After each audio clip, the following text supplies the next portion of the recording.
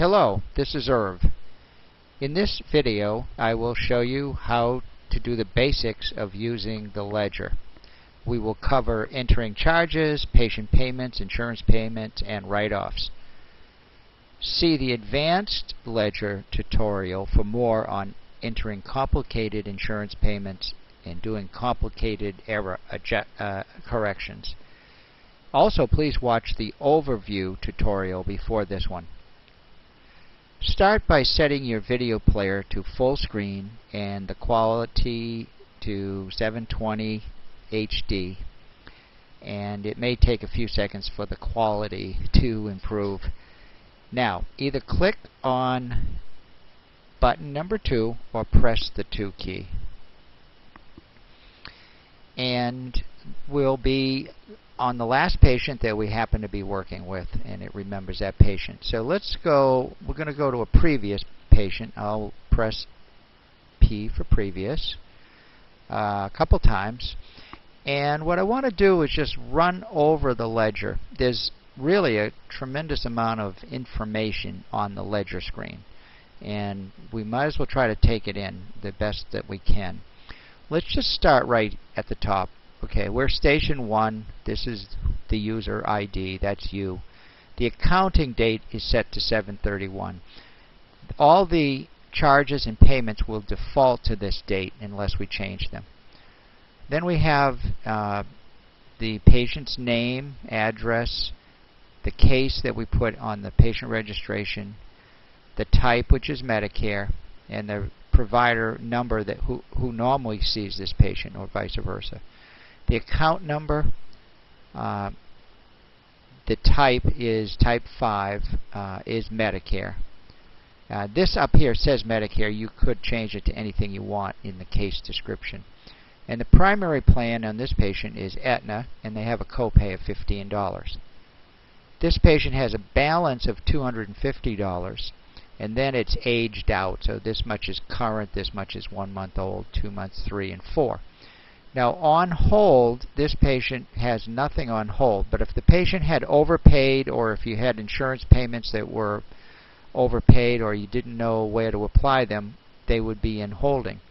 And also, then you'd have these two numbers, insurance holding and patient holding. These two together would add up to this one.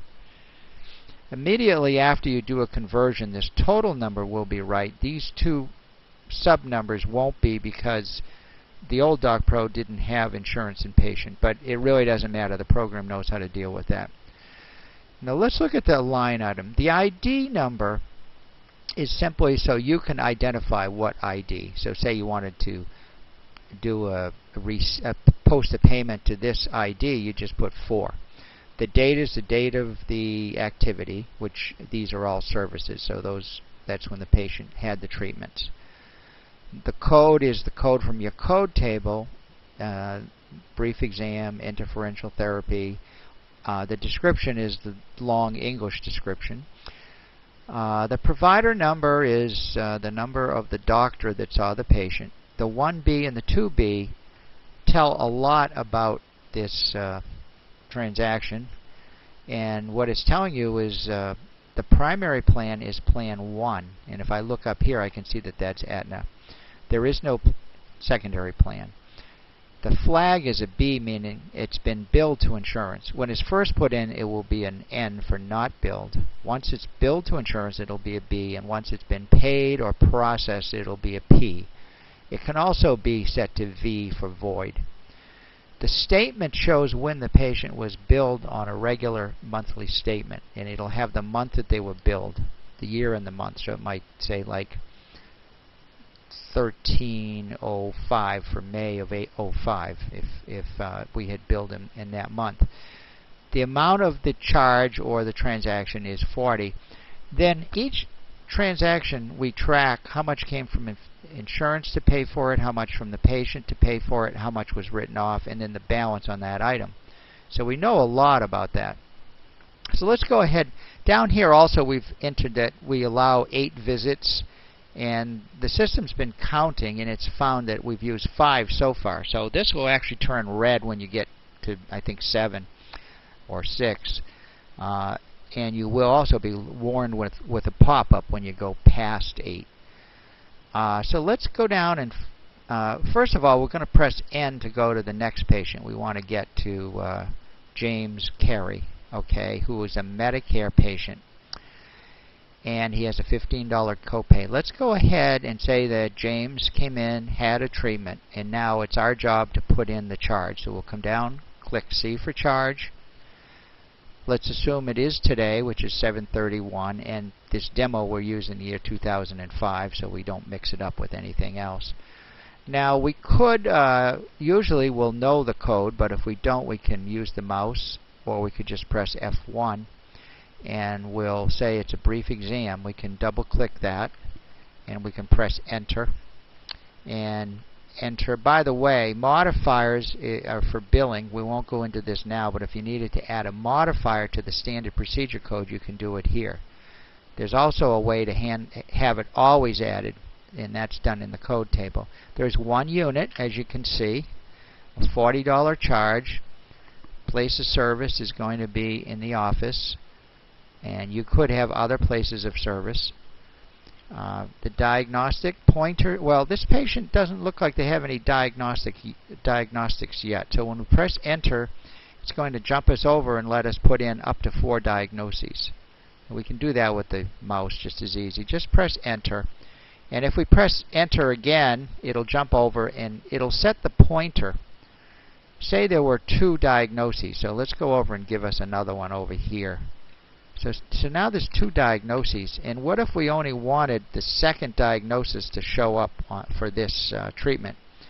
Well, we would set this to 2. So let's come down to, now we press enter, and we're going to now charge the plan. Plan 1 is going to be Medicare, right here. We can see that they have coverage. And then when we press enter, it's going to go to provider 1. That's the provider they usually see. We press enter again.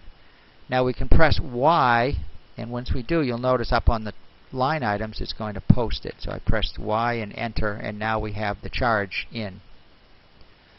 Now let's do a patient copay. We'll just press R for receipt. Say the patient's going to pay their $15.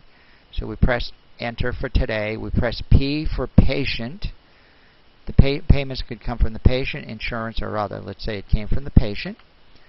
It's cash, check, credit card, or from holding.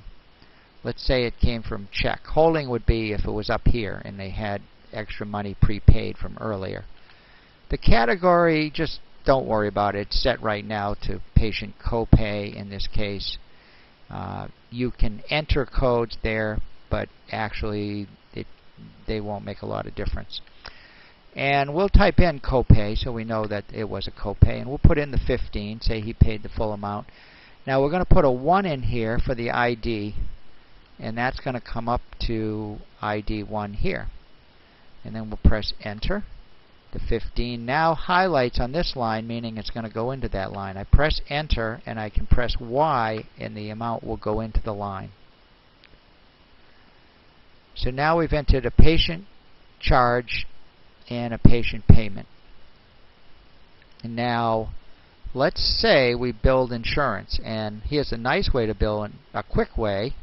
Let's do a walkout, and let's just say we want to bill insurance. Go to insurance and say yes, let's bill insurance, and we would say go to paper, and it would come out on paper, and we just get screwed up because there's no chart on this patient.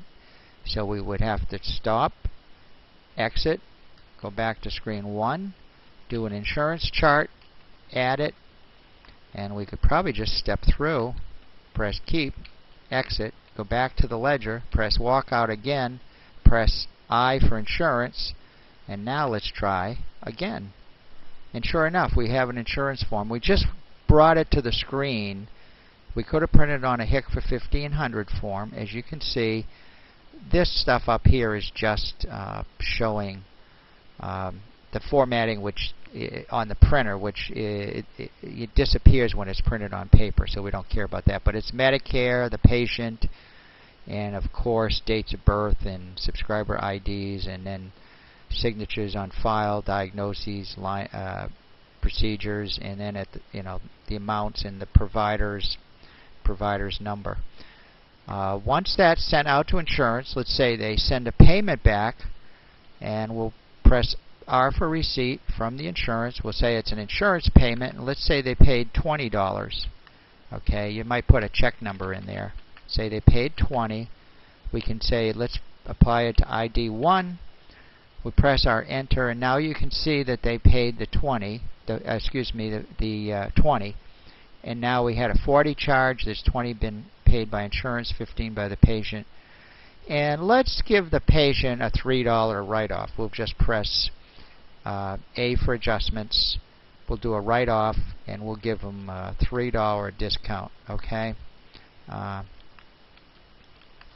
And we'll just go to item 1, and now he's got a $3.